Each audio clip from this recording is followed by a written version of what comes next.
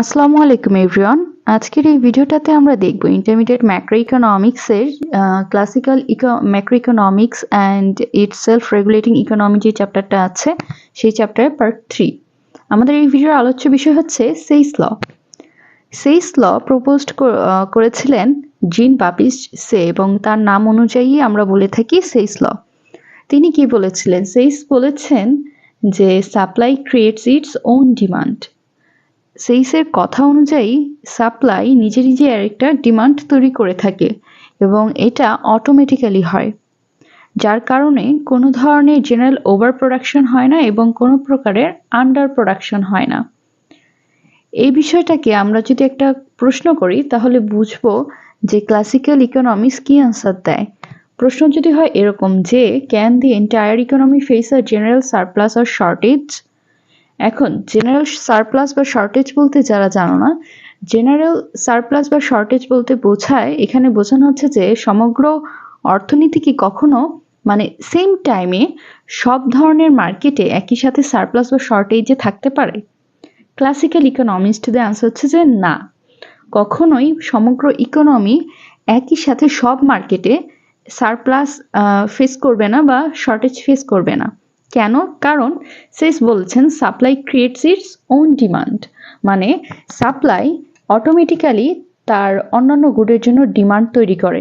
যতটুকু সাপ্লাই হচ্ছে সেই অনুযায়ী অন্যান্য গুডের ক্ষেত্রেও ডিমান্ড করছে। এই জন্য এই ক্লাসিক্যাল ইকোনমিক্সদের কথা অনুযায়ী যে কখনো একটা ইকোনমি জেনারেল সারপ্লাস বা শর্টেজ ফেস করবে না। আমরা আরো ভালোভাবে বুঝতে পারবো এক্সাম্পলের সাহায্যে। আমরা যদি প্রথমে বার্টার ইকোনমির কথা বলি, বার্টার ইকোনমি বলতে আমরা কি বুঝি? যেখানে হচ্ছে পণ্য দিয়ে আদান প্রদান হয়, রাইট? মানে যেখানে টাকা কোনো বিষয় না, মানে টাকা দিয়ে লেনদেন হয় না, যেখানে পণ্য দিয়ে লেনদেন হয়। যে আমি গম উৎপাদন করেছি, আরেকজন পোশাক উৎপাদন করেছে, আমি তাকে গম দিয়ে তার থেকে বিনিময়ে পোশাক নিচ্ছি, এরকম। সো বার্টার ইকোনমি তো অনেক আগে ছিল।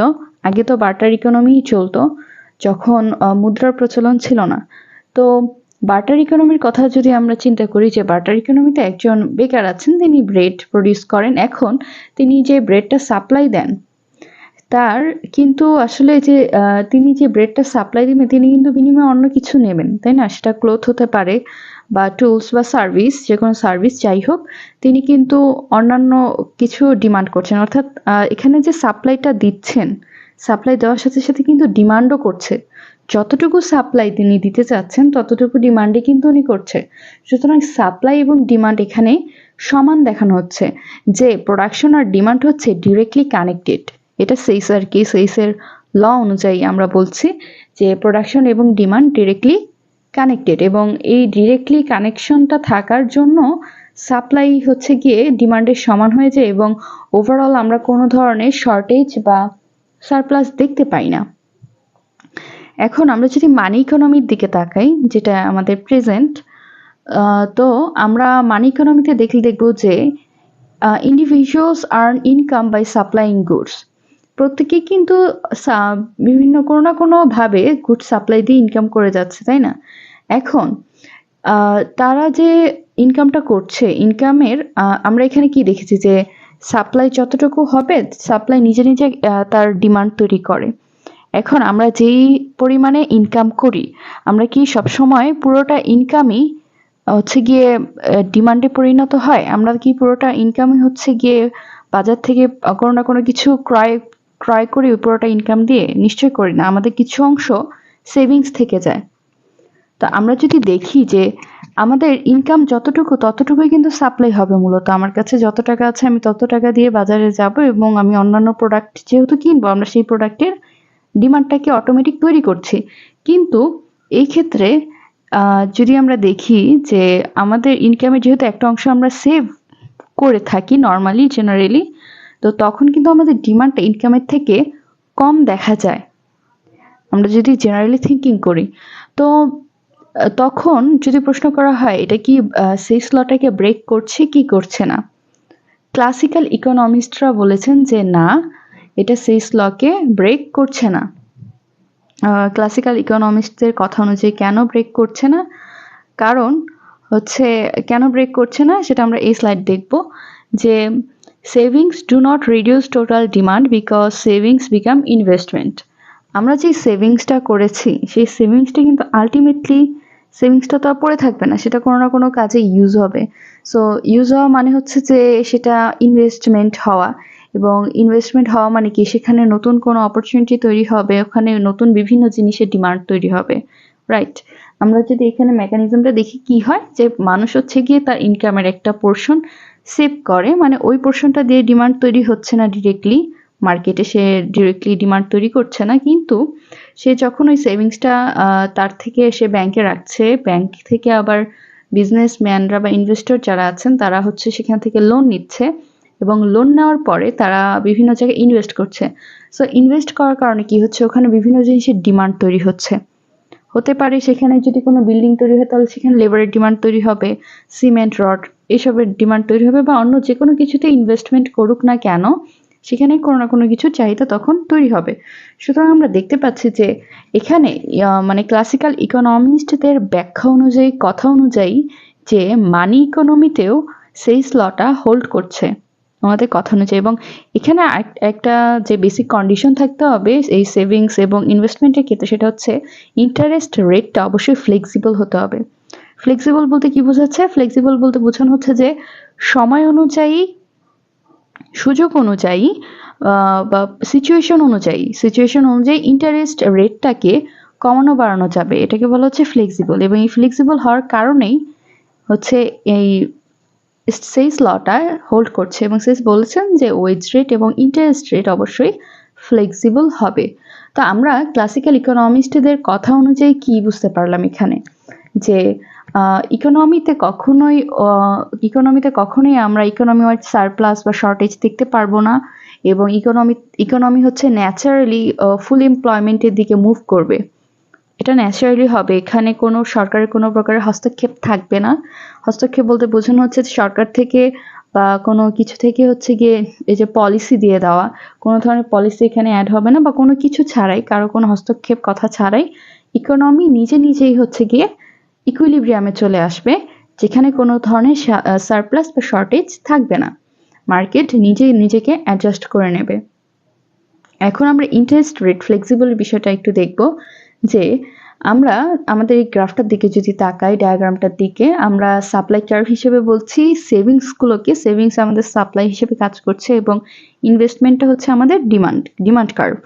সো আমাদের প্রথমে সেভিংস ছিল S1 কার্ভে, এবং এটা ইনভেস্টমেন্টের সঙ্গে যেহেতু ইন্টারসেক্ট করেছে, এখানে E1টা হচ্ছে আমাদের ইকুইলিব্রিয়াম পয়েন্ট।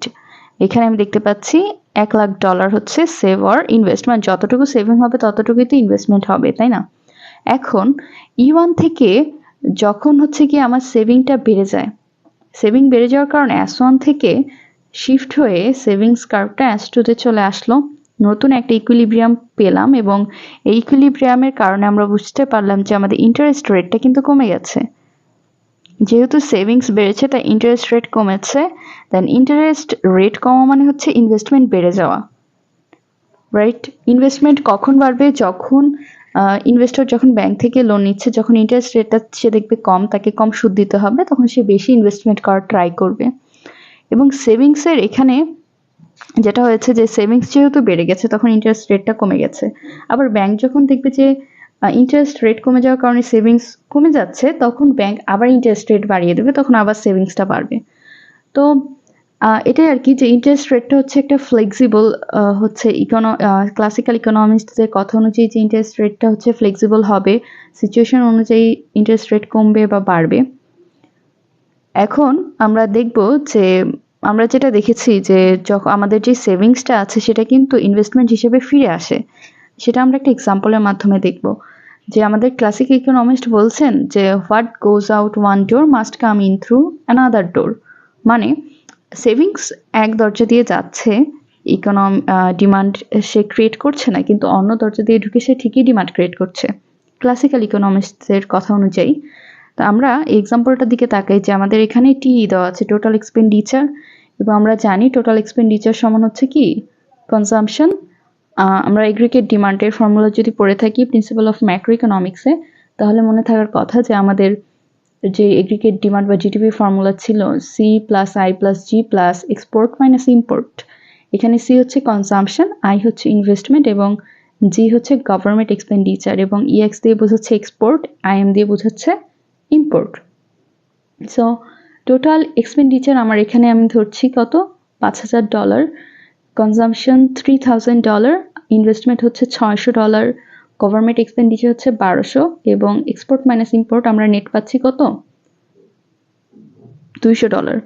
সো আমরা যদি এখানে দেখি যে আমাদের এখানে সেভিংস যদি $100 ইনক্রিজ করে থাকি, সেভিংস যদি $100 ইনক্রিজ করি তাহলে আমাদের কনজাম্পশন $100 কমবে। সো আমাদের কনজাম্পশন এখানে ছিল $3,000 বাট হবে কত, $2,900। এই যে এখানে 100 কনজাম্পশন কমলো $100, তো আমার তো মার্কেটে ডিমান্ড কমে গেল $100। এখন কি হবে, এখন এই অ্যাডিশনাল যে সেভিংসটা আছে, আমি আগে যত সেভিংস করতাম এখন কিন্তু তার থেকে $100 বেশি করছি। এই অ্যাডিশনাল সেভিংসটার কারণে কি হবে, আমার ইন্টারেস্ট রেটটা লো হয়ে যাবে এবং ইন্টারেস্ট রেট লো হওয়ার কারণে ইনভেস্টমেন্ট কিন্তু আবার $100 বেড়ে যাবে, যার ফলে আমাদের এখানে ইনভেস্টমেন্ট দেখানো হচ্ছে $700, কনজাম্পশন 2,900 বাট ইনভেস্টমেন্ট বেড়ে আবার হয়েছে কত, 700। সো আমরা দেখতে পাচ্ছি যে ক্যালকুলেশন করলে আমার হচ্ছে সেভিংস বাড়ার আগেও ছিল $5,000 এবং এখন যখন সেভিং বেড়েছে, সেভিংস বাড়ার পরে হচ্ছে ইনভেস্টমেন্ট বেড়েছে, তাই এখনো $5,000। তো আমরা দেখলাম যে ইন্টারেস্ট রেটটা আসলে ফ্লেক্সিবল ক্লাসিক্যাল ইকোনমিক্সের কথা অনুযায়ী, এবং ইন্টারেস্ট রেটটা ফ্লেক্সিবল বলেই ইনভেস্টমেন্ট সিচুয়েশন অনুযায়ী কমছে বা বাড়ছে। এবং আমাদের যেই নর্মালি চিন্তা হয় যে সেভিংস যদি হয় তখন সেভিংসটা তো আর মার্কেটে ডিমান্ড ক্রিয়েট করছে না, তো সেস লটা কি হোল্ড করছে কি করছে না। তো ক্লাসিক্যাল ইকোনমিক্সরা বলছেন হ্যাঁ সেস ল অবশ্যই হোল্ড করছে। কেন, কারণ তুমি যেটা সেভিং করছো সেটা তুমি ঠিক আছে ডিরেক্টলি তুমি মার্কেটে ডিমান্ড তৈরি করছো না সেই তোমার ওই ইনকামের ওই পোর্শনটা থেকে, কিন্তু ওই পোর্শনটা তো ঠিকই ইনভেস্টমেন্টে চলে যাচ্ছে। সো ওই ইনভেস্টমেন্ট কিন্তু আবার ঠিকই মার্কেটে ডিমান্ড ক্রিয়েট করছে।